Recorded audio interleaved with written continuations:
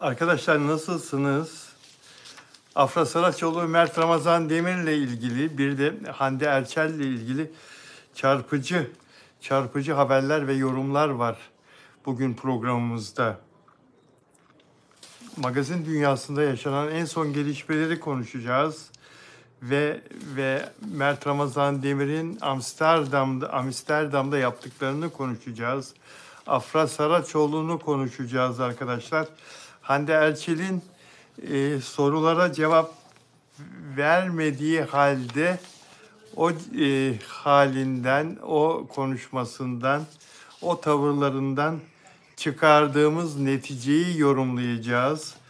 Ve Afra Saraçoğlu neden Mert Ramazan Demir'in ceketini giydi New York'ta? Bunu konuşacağız. Kerem Bürsin'i konuşacağız. Ve bakıyorum notlara Çarpıntı dizisiyle ilgili çarpıcı bazı ayrıntılar var. Onların üzerinden geçeceğiz dostlar. Nasılsınız? Umarım herkes çok iyidir. Ben çok iyiyim. Sizlerle buluştum tekrar. Çok şükür Kalina burada, Elanur da burada, Banu Kavaş yine burada. Merhaba Banu, iyiyim. Sen nasılsın? Ruksera, Fatma Yıldıran da geldi. Ege de geldi dostlar. Katılan dostlara rica etsem peşin beğen yaparsanız beni mutlu edersiniz. Osman da burada, iyi akşamlar. Zeynep de geldi. Ve katılan dostlar Dota Sel, Afra Saraçoğlu ve Mert Ramazan Demir'den güzel haberler var. Merhaba Lümran'dan diyor Dota Sel. Hoş geldin güzel kardeşim. Sitoak neredesin sen? Hoş geldin. Milk de burada. Meryem merhaba. Loni geldi. Hi Loni.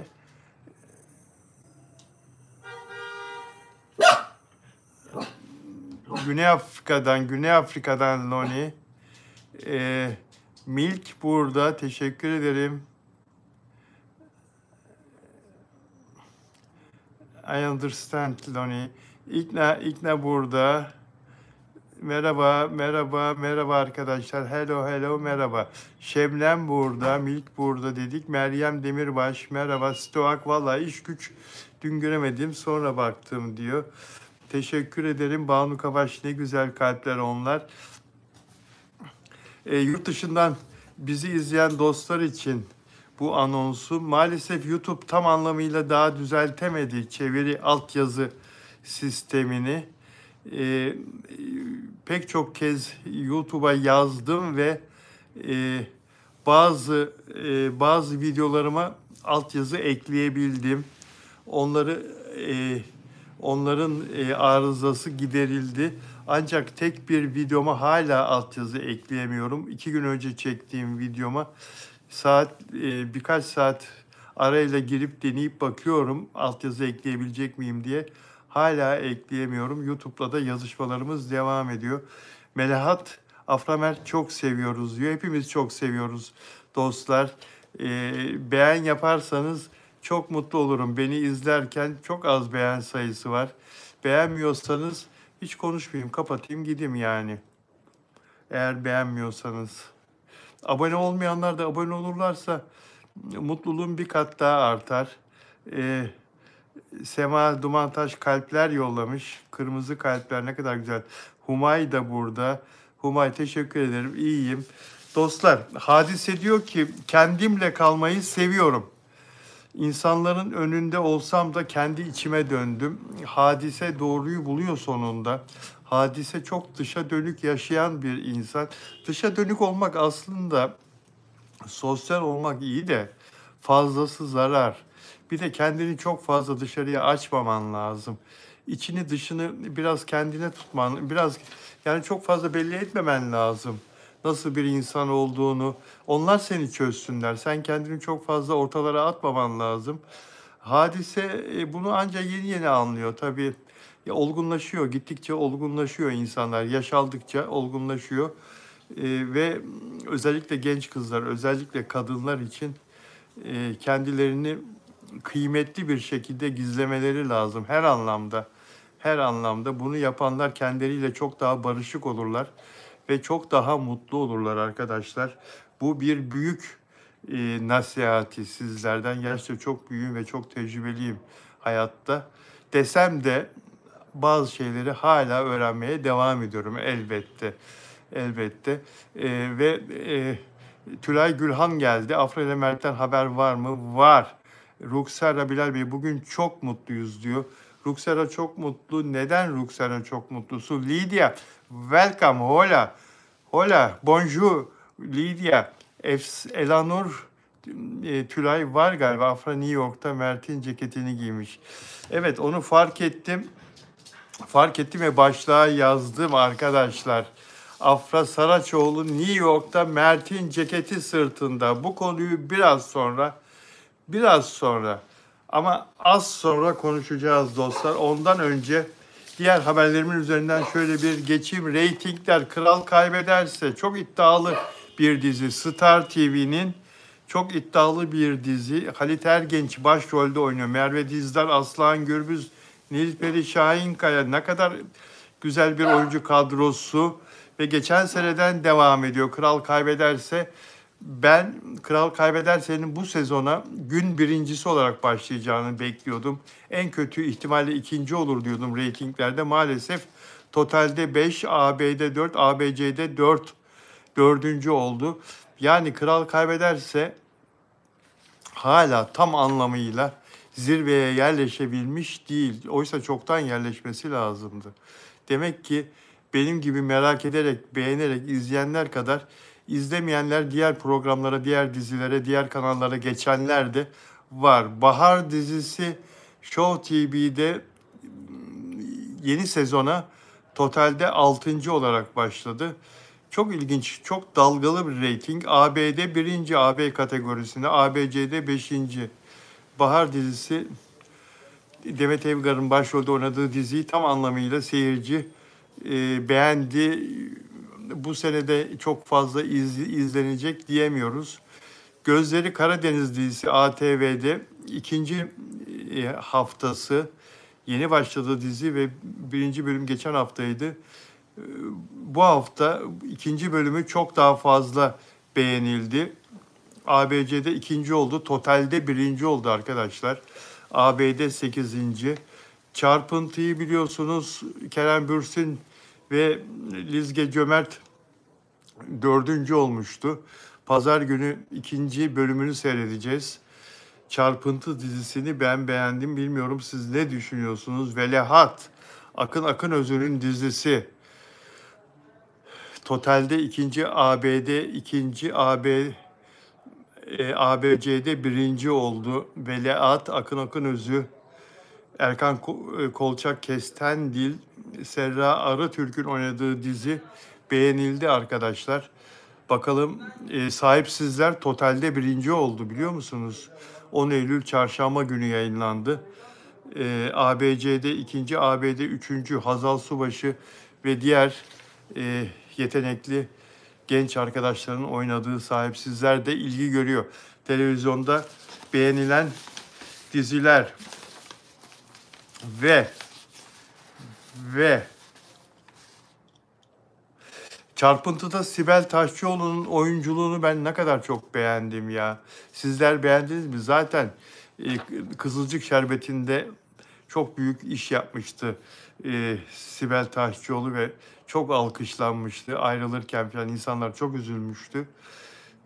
Çarpıntı'da ilk bölümde tam anlamıyla döktürdü Sibel Taşçıoğlu Reyhan karakteriyle.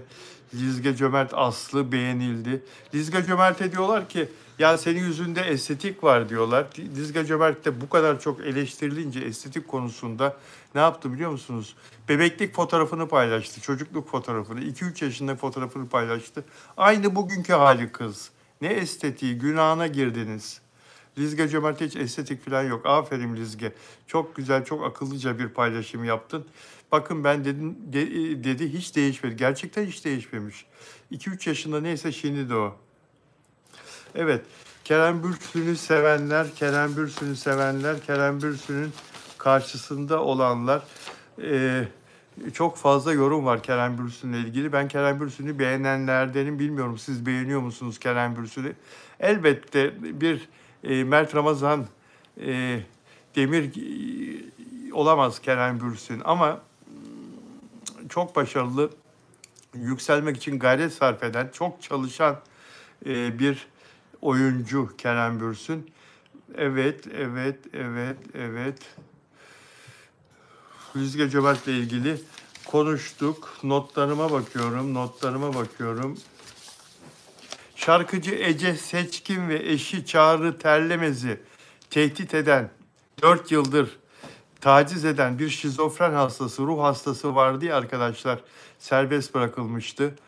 Serbest bırakılır bırakılmaz şarkıcı Ece Seçkin'in kocasını mesajla tehdit ettiğini dün burada söylemiştim. Ve tekrar şikayet ettiler onu.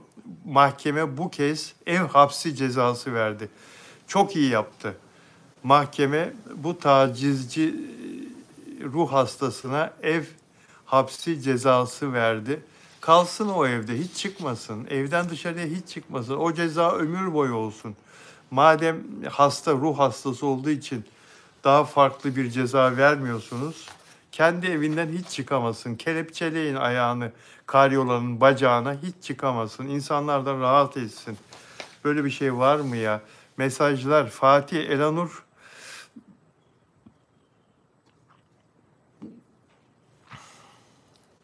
burada siyaset yapmayın. Burada siyaset yapmayın. Burada siyaset yaparsanız olmaz yani, işin tadı kaçar.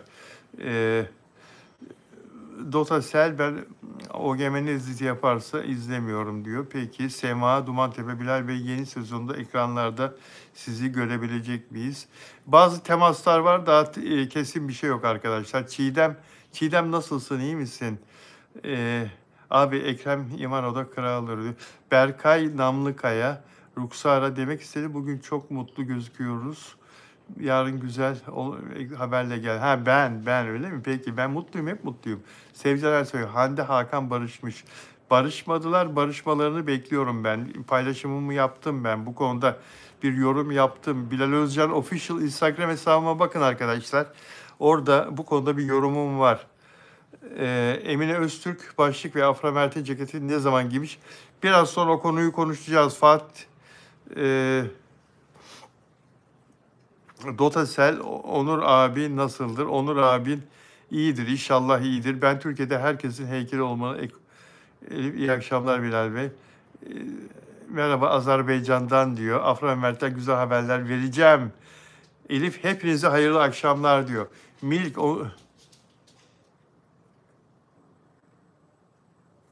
Fatih Elanur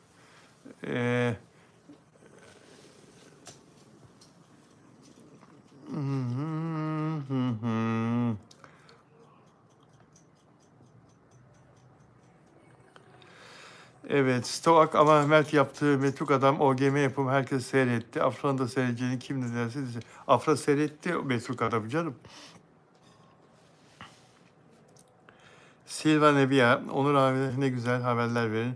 Ramazan Özkılıç, Afra Saraçoğlu'ndan bir sürü güzel kalp yolladın. Semra Karadar, ben de merak ediyorum nerede giymiş ceketi, niye görmedik biz? Biraz sonra Bilal Özcan fark etti ve biraz sonra anlatacağım o konuyu. Özbekistan'a çok sevgiler, selamlar. Merhaba İranlı arkadaşım.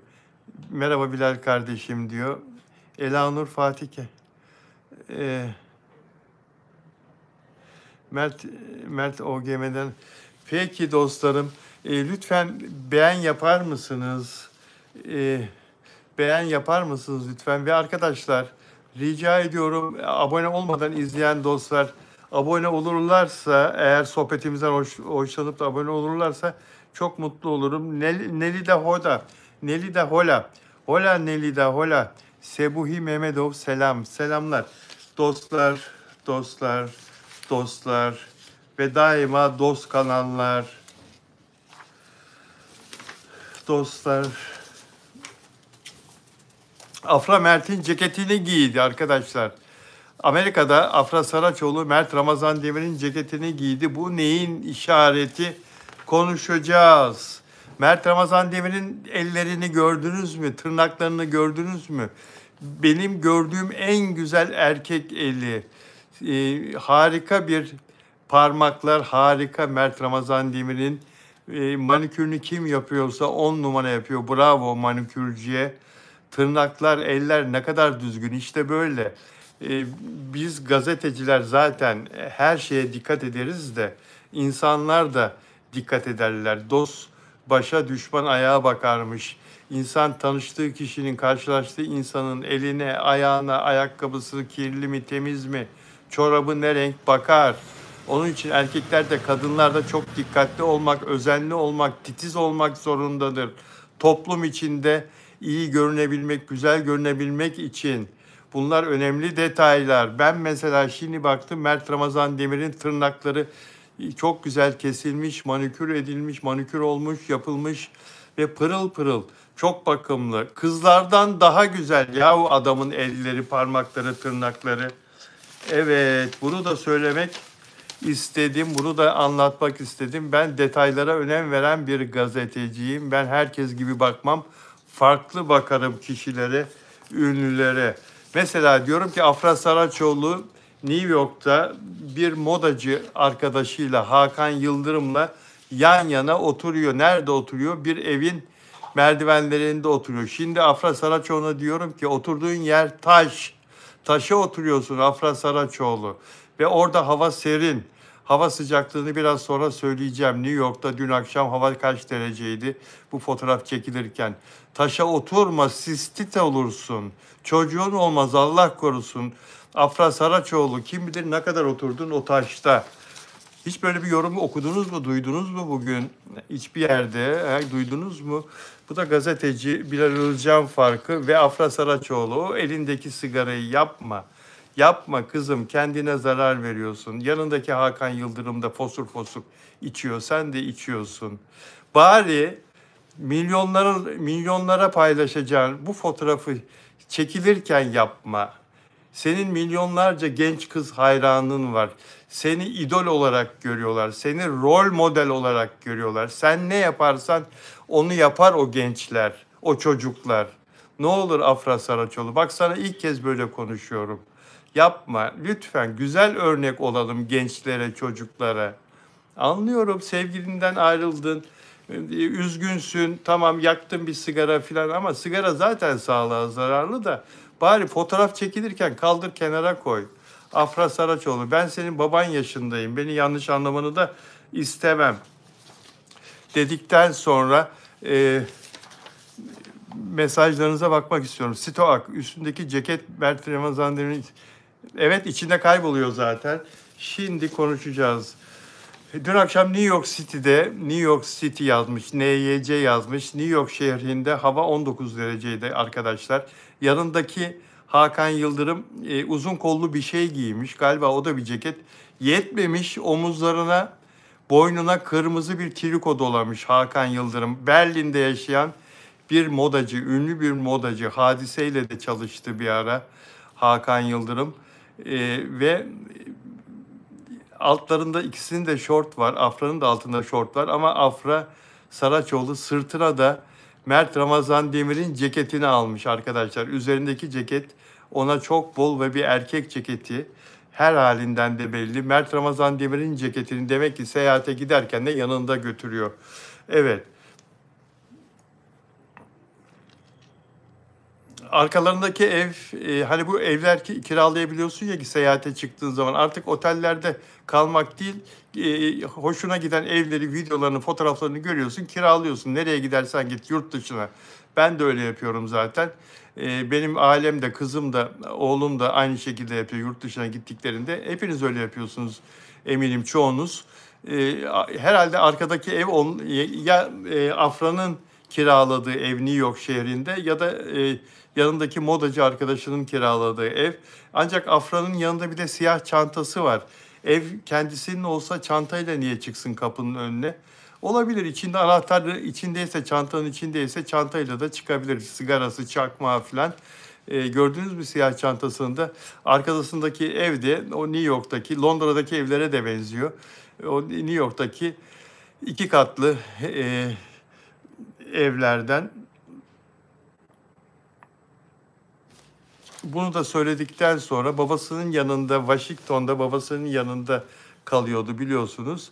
New York'ta da tatiline bir süre devam etmek istedi herhalde. New York şehrinin tadı, keyfi bir başka. Gidenler çok iyi bilir. Alışveriş, insanların sosyal yaşantı içindeki yeri, sokaklar, caddeler, metrolar, mağazalar. Çok renkli bir hayat vardır New York'ta. Dolayısıyla insan Amerika'ya gitmişken ve yakın bir yerdeyken de New York'a geçip orada vakit geçirmek ister. Dönüşte de İstanbul'a gelince de hemen çalışmalara başlayacaklar zaten. Afra Saraçoğlu ve Kenan İmirzalıoğlu tatilden ne zaman dönecekler? Her şey hazır olduğu zaman, set, her şey, bütün kast, her şey hazır olduğu zaman dönecekler ve çekimler başlayacak. Ekim ayı içinde de diziyi izlemeye başlayacağız arkadaşlar. Merak ediyor musunuz diziyi? Afra Saraçoğlu'nun Abi dizisini merak edenler, etmeyenler. Ben çok merak ediyorum. Sizler merak ediyor musunuz? Ah, beraber oynasalardı. Ve ve kimle kim beraber oynasaydı Bilal Özcan, onu da söyle. Afra Saraçoğlu ile Mert Ramazan Demir birlikte oynasaydı. Ya ceketi sırtından çıkarmadığına göre gittiği yerde biliyor, çünkü insan giderken seyahate bakar hava durumu nasıl olacak diye. New York'ta hava gündüzleri 22, 23, 24 derece. Akşamları da işte 18-19 derece oluyor ve demek ki onların olduğu yerde biraz daha serin ki önlemlerini ceket giyerek ve adam yanındaki Yıldırım, Hakan Yıldırım modacı, hem üzerinde uzun kollu bir şey var, ceket, mont tipi bir şey var, hem de boynuna bir triko, kırmızı bir triko sarmış. Yani çok üşürsem bunu da giyerim demek o. Demek ki orası bayağı bir serin. Peki. Elanur diyor ki bunlar barışır bence diyor. Bir başka, şimdi Mert Ramazan Demir'i konuşacağız arkadaşlar. Biliyorum çok merak ediyorsunuz. Amsterdam günlerini, Hollanda günlerini çok merak ediyorsunuz. Ünlü aktörün, yakışıklı aktörün Amsterdam'la hangi kadınla karşılaştı? Aralarında ne geçti? Mert Ramazan Demir kiminle gitti Amsterdam'a? Hepsini konuşacağız. Ama önce Hande Erçel. Hande Erçel'e gazeteci arkadaşlar İstanbul gecelerinde rastlamışlar ve soruyorlar. Öncelikle şunu söyleyeyim. Hande, gözüne yaş, ayağına taş değmesin. Neden böyle söylediğimi biraz sonra anlatacağım. Hakan Bey açıklama yaptı. Gazeteciler soruyor. İkinci bir kişi yok dedi. Hande Erçel diyor ki ben konuşmak istemiyorum. Bu konuda daha önce de söyledim, konuşmayacağım diyor. Muhabir soruyor, tekrar bir barışma ihtimali olur mu peki? Hande Erçel kafasını sağa yatırıyor. O soru gelince şöyle bir sağa yatırıyor. Önce birkaç saniye bir şey söylemiyor, susuyor. Sonra teşekkür ederim, konuşmayacağım, çok sağ olun diyor. Ve konuşmuyor. Sonra bir başka muhabir Hande Erçel'i yine mekanda, dışarıda bir yerde, bir dış ortamda sıkıştırıyor. Hande Erçel'e yine benzer sorular soruyor. Hande Erçel konuşmayacağım diyor, konuşmayacağım. Muhabir üstüne gidiyor ve Hande Erçel yani içeri mi gireyim diyor, siz dışarıda siz varsınız diye.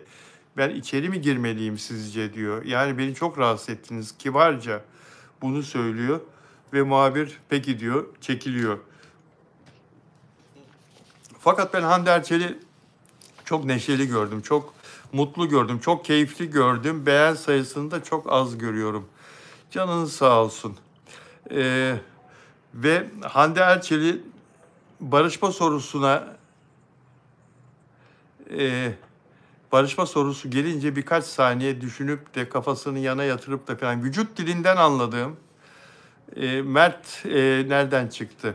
Hakan Sabancı, benim anladığım, benim yorumladığım, benim fikrim, bir gazeteci olarak bunu söylüyorum. Yıllarını bu mesleğe vermiş bir gazeteci olarak söylüyorum. Benim şu ayaküstü diyalogdan anladığım, özellikle Hakan Sabancı ile barışma sorusunu aldıktan sonra Hande'nin vücut dilinden anladığımı söylüyorum. Hakan Sabancı temas kurmuş Hande ile. Bunu yazın bir kenara. Ve Hande Erçel onu ötelemiş. Ama anladığım Hande Erçel'de çok az da olsa bir açık kapı var. Minnacık böyle aralıkta, şu kadar aralıkta olsa, yani ardına kadar açmamış o kapıyı. Şu kadar bir aralık da olsa Hande Erçel'de bir açık kapı var. Benim bu muhabirlerle yaptığı bu ayaküstü, daha doğrusu yapmadığı, cevaplamadığı soru cevaptan çıkardığım, anladığım bu arkadaşlar. Barışırlarsa şaşırmayın. Burada Hakan Sabancı'nın ne şekilde Hande Erçel'e döndüğü ve döndükten sonra da yeni neler vereceği Hande Erçel'e, neler katacağı, maneviyattan bahsediyorum, maddiyattan değil, neler katacağı, onu nasıl, ne şekilde mutlu edeceği ayrıntısı önemli. Hande Erçel çok doğrusunu yapıyor. Ve arkadaşlar, herkes konuştu bu konuda, muhatabı olan herkes konuştu. Bu ayrılıkla ilgili olarak Hakan Sabancı'nın annesi bile konuştu. Arzu Sabancı bile konuştu. Yıllarca, 3 yıldır Hande Erçel'in ismini ağzına almazken ayrıldıktan sonra kendisine çok ağır eleştiriler yapılan Arzu Hanım, Hande Erçel'i öve öve bitiremedi. İsmini konuştu. Hande Erçel'in ismini ilk kez ağzına ayrıldıktan sonra aldı ve onun çok iyi bir oyuncu olduğunu, iyi bir insan olduğunu filan söyledi. O da hatasını anladı. Yani kızı üzdüklerini anladı ve tepkilerden de çok rahatsız oldu. Ben hatalı değilim demeye getirdi. Neyse, Arzu Sabancı konuştu. Hakan Sabancı konuştu. Ama konunun merkezinde olan ve asıl muhatabı olan, asıl öznesi olan Hande Erçel hiç konuşmadı. Dün de konuşmadı, soruları cevaplandırmadı. Bu da onun kalitesini gösteriyor. Bir konuşmayan zaten ailede, Sabancı ailesinde babaları kaldı, Ömer Sabancı kaldı. Herkes konuştu. Aferin Hande Erçel. Aferin Hande Erçel. Onun için senin gözüne yaş, ayağına taş değmesin. Tam bir yay burcu kadını, biliyor musunuz Hande Erçel? Kimsenin arkasından konuşmuyor. Ne gerekiyorsa yüzüne dan konuşmuş Hakan Sabancı'nın belli ki. Hande Erçel konuşmuyor. Hiç konuşmadı. Konuşmuyor. Dün yine konuşmadı. Ama ayrılıkları günden beri biz konuşuyoruz. Gazeteciler konuşuyoruz. Bizler konuşuyoruz. Hande Erçel herkesi konuşturuyor, kendi konuşmuyor. Evet. Mert Ramazan Demir'e geldi sıra arkadaşlar. Mert Ramazan Demir'i konuşmadan evvel sizlerden ricam, dilerseniz beni hype edebilirsiniz. Hype etmek ne demek? Beğen düğmesine dokunan her aboneye hype seçeneği gösteriliyor YouTube'da, benim sayfamda. Hype etmek ücretsiz, para vermiyorsunuz. Hype ederseniz benim videom en çok beğenilen haftalık videolar arasına girecek. Dilerseniz özel abonem, özel üyem olabiliyorsunuz. Bunun için yönlendirmeleri takip etmeniz gerekiyor. Açıklama kısmında, hesabımda, başlığın altındaki açıklama kısmında da detaylarını yazdım. 2-3 satır bir şey okuyabilirsiniz. Ve tekrar şunu rica ediyorum. YouTube izleyicisi beni hangi ülkeden izliyorsa tek bir cümleyle Bilal Bey ben seni Fransa'dan izliyorum desin. Arkasına Fransa bayrağını eklesin. Fransa bayrağını emoji olarak eklesin. Ben seni Amerika'dan izliyorum desin. Dün bir arkadaş Amerika'dan izlediğini yazmıştı. Yanına Amerika Birleşik Devletleri bayrağını eklesin. Geçen gün bir tanıtım yaptım. Instagram'da gördünüz mü bilmiyorum, story'de. Yeni bir tanıtım daha yapmak istiyorum. Yurt dışından beni izleyen takipçilerim nereden izlediklerini kendi dillerinde yazıp da Bilal Özcan ben seni İtalya'dan izliyorum gibi yanına da İtalya bayrağını eklerse emoji olarak çok memnun olurum. Ve dilerseniz süper etiket ve süper chat alabiliyorsunuz arkadaşlar. Ve bugün Time'da gördüğünüz Mert Ramazan Demir paylaşımlarını yorumlayacağım şimdi. Hiç böyle yorumlar bir yerde okumadınız, dinlemediniz. Bugün tıpkı biraz önce Afra Saraçoğlu'nu yorumladığım gibi yine Bilal Özcan farkıyla benzersiz yorumlar geliyor arkadaşlar. Hazır mıyız İbrahim Tatlıses'in dediği gibi? Hazır mıyız dinlemeye? Ve Anelia Asenova, Bulgaristan. Ayten Akdeniz, ben Avusturya'dan izliyorum. Peki, buradan değil de Ayten ve Anelia, YouTube videomun altına, yayın bittikten sonra YouTube videomun altına bu yorumları yaparsanız çok memnun olurum. Bilal Bey, ben sizi Avusturya'dan izliyorum. Selamlar. Ya da işte yayınınızı beğenerek izliyorum. Meksika'da yaşıyorum. Yanına emoji bayrak, sevgiler gibi. Böyle yazanlar tabii çok oldu. Onları bir tanıtım yaptım, paylaştım. Şimdi yenilerini paylaşmak istiyorum. Daha önce yazanlar da yazabilirler. Bazıları gözümden kaçmış olabilir. Onur Akay'la bakalım arkadaşlar canlı yayın için. Ay Yıldız konuşacağız. Evet. Dostlar ve daima dost kalanlar. Katılımcı sayısı 418. Katılımcı sayısı 500 olsa ne kadar güzel olur ve beğen sayısı da 150 olsa, 86'da beğen sayısı. Peki dostlar, Afra Saraçoğlu ve Mert Ramazan Demir'le ilgili en benzersiz haberleri, yorumları dinleyeceğiniz kanalıma bir kere daha hoş geldiniz. Mert Ramazan Demir'le ilgili Türkiye'nin en yakışıklı oyuncusu, Türkiye'nin en becerikli, en karizma oyuncusu, Türkiye'nin en başarılı erkek oyuncusu kim diye sorsam ne diyeceksiniz? Cevabınızı bekliyorum. Türkiye'nin en güzel kadın oyuncusu, Türkiye'nin en şirin kadın oyuncusu, Türkiye'nin en nezaketli, esprili. Bakın bu ayrıntı önemli. Espri yapıyor ama cıvık değil. Espri yapıyor ama salça gibi değil. Espri yapıyor ama belden aşağı değil. Espri yapıyor ama hem komik hem kaliteli. Kadın oyuncu, en esprili, en güzel, rolünü karşısındakine en iyi geçiren, en çok sevilen kim? Cevaplar Çiğdem Aslan Argun Mert diyor. Nuray Afra ve Mert Ramazan diyor. Semra Karataş Mert ve Afi diyor. Afi ne güzel yakışıyor değil mi? Şebnem Keçicioğlu Afra. Stoak Afra şakacı diyor. Çok şakacı ya. Tuzlale Afra diyor. Tazegül Hacı Afra. Nurhayat Afra. Mert Ramazan Demir Afra Sonucu. Afra ve Mert. Ne kadar güzel bir ikili değil mi? Mert, bakın arkadaşlar size samimi bir şey söyleyeyim. Afra Saraçoğlu'nun New York'ta o merdivenlerde otururken, tekrar söylüyorum Afra oturma merdivenlere ya. Allah korusun, hasta olursun kızım, yumurtalıkların var. Yani Allah korusun, problem çıkar ileride, anne olma konusunda sıkıntı çıkar. Ne lüzum var oturuyorsun sokaklarda ya. Git bir kafeteryada otur ya Afra Saraçoğlu. Neyse, söyleyeceğim bu değildi. Afra Saraçoğlu'nun sırtında Mert Ramazan Demir'in ceketini gördüm ya. Benim ümidim arttı. Neyle ilgili ümidim arttı? Lütfen yazın. Neyle ilgili ümidim arttı?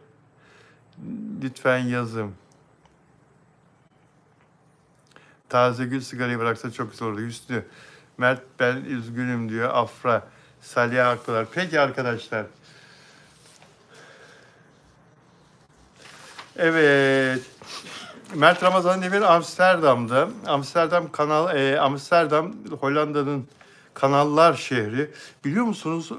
Ve o bir kanal manzarası fotoğrafı yayınladı storiesinde. Orası ya kiraladığı ev ya da kaldığı otel. Onun manzarasını gösteriyor bize Mert Ramazan Demir. Amsterdam'da pek çok kanal var. Amsterdam'da 100 kilometreden fazla ve 100 kilometreden fazla kanal var. 1500 kilometreden fazla da o kanallar, 1500 taneden fazla da o kanalların üzerinde köprü var. Amsterdam kanallar şehri. Amsterdam'ın merkezinden Amstel nehri geçiyor. Amstel nehri geçiyor kanallardan ayrı olarak. Amsterdam adı da buradan geliyor. Amstel Dam. Amstel üzerindeki baraj demek. Neymiş? Amsterdam. Amstel üzerindeki baraj. Amsterdam adı oradan geliyor. Bu kanallar 17. yüzyılda açılmış. Hem ulaşım için hem de su yönetimi için inşa edilmiş. Şehrin ulaşımı ve su yönetimi için. Kanallarla meşhur.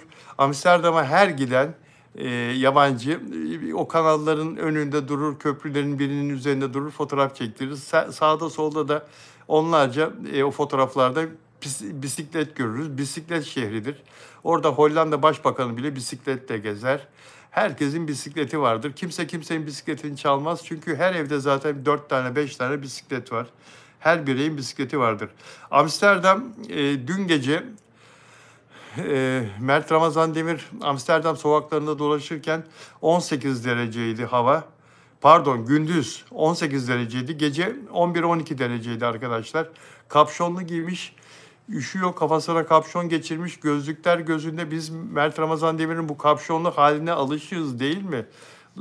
Londra'da da görmüştük önce. Daha önce İstanbul'da da görmüştük öyle kapşonlu ve gözlüklü kendisini.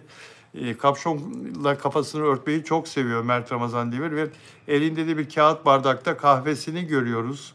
O soğukta, o serin havada sıcacık kahve ne güzel gider değil mi arkadaşlar? Canım kahve çekti. Mert Ramazan Demir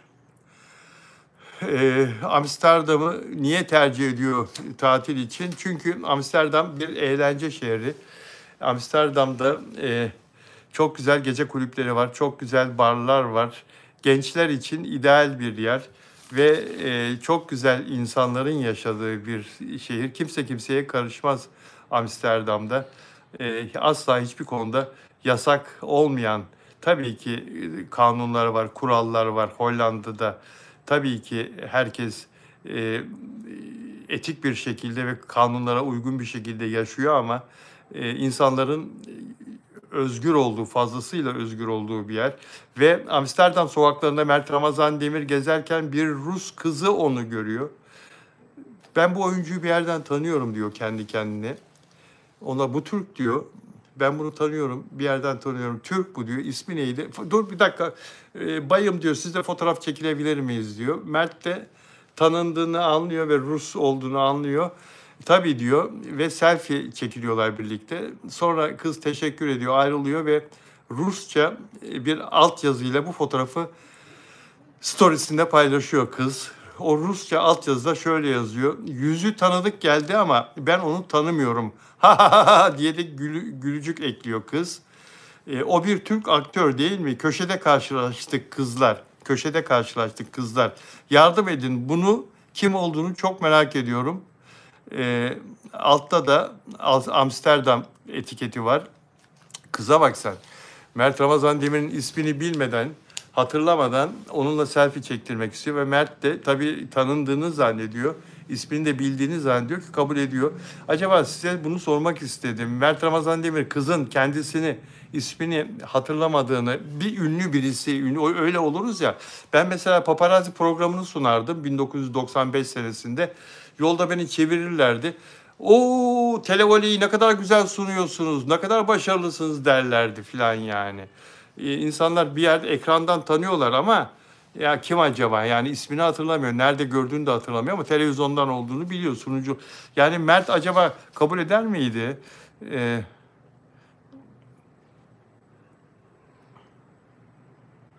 Afra'nın sevgilisi yok arkadaşlar. Afra'nın sevgilisi yok. Mert Ramazan Demir Amsterdam'a yakın arkadaşı Sezer'le gittiği söyleniyor. Sezer Arıcı'yla gittiği söyleniyor. Afra'nın da çok sevdiği ve iyi anlaştığı birisi Sezer Arıcı. Hatta Mert'in arkadaşları arasında en çok anlaştığı kişi Afra Saraçoğlu'nun Sezer Arıcı. İkisinin ortak arkadaşı. Ve ve ve Mert Ramazan Demir bu sene Leyla'yı havada gördü biliyorsunuz. En son kışın Endonezya'ya gitmişti, Bali adasına. İtalya'ya gittiğini biliyoruz. İngiltere'ye gittiğini biliyoruz. Fransa'ya gittiğini biliyoruz. Hollanda'ya gittiğini biliyoruz. Başka unuttuğum var mı? Mert Ramazan Demir e, Leyleği tam manasıyla havada gördü. Ünlü oldukça, şöhretli oldukça tabii ki dünyayı gezmek, daha çok ülke görmek, daha değişik yerleri görmek isteği insanda ve insanın parası da olunca keyfi daha da olur. Seyahat etmeyi sever, seyahat etmek çok güzel bir şey. Yabancı başka görmediğim, bilmediğin uygarlıkları gidip görmek, oradaki insanlarla tanışmak, oradaki yiyecekleri tatmak. Bunlar çok güzel şeyler tabii. Mert Ramazan Demir de, Afra Saraçoğlu da gençliğin tadını çıkarıyorlar ve şöhretin ve başarının tadını çıkarıyorlar. Bana abone olmayan arkadaşlar, abone olmadan izleyen arkadaşlar, abone olurlarsa şu 499 sayısı 500'e çıkar ve ben çok mutlu olurum. 500 seyircim olursa bu yayında çok mutlu olurum. Beğen sayısı da ha gayret 100 olacak, 150 olsun istiyordum ama 100 de kabulümdür. Sizleri çok seviyorum. İyi ki benim takipçimsiniz. İyi ki bizler birlikteyiz. Kendinize çok iyi bakın. Evet, tekrar söylüyorum. Abone olmayanlar abone olurlarsa ve beğen yaparsanız çok mutlu olurum. Sevgiyle kalın, olur mu? Kendinize iyi bakın. Lay lay lay lay lay lay lay lay. Haf haf haf haf. Haf haf haf.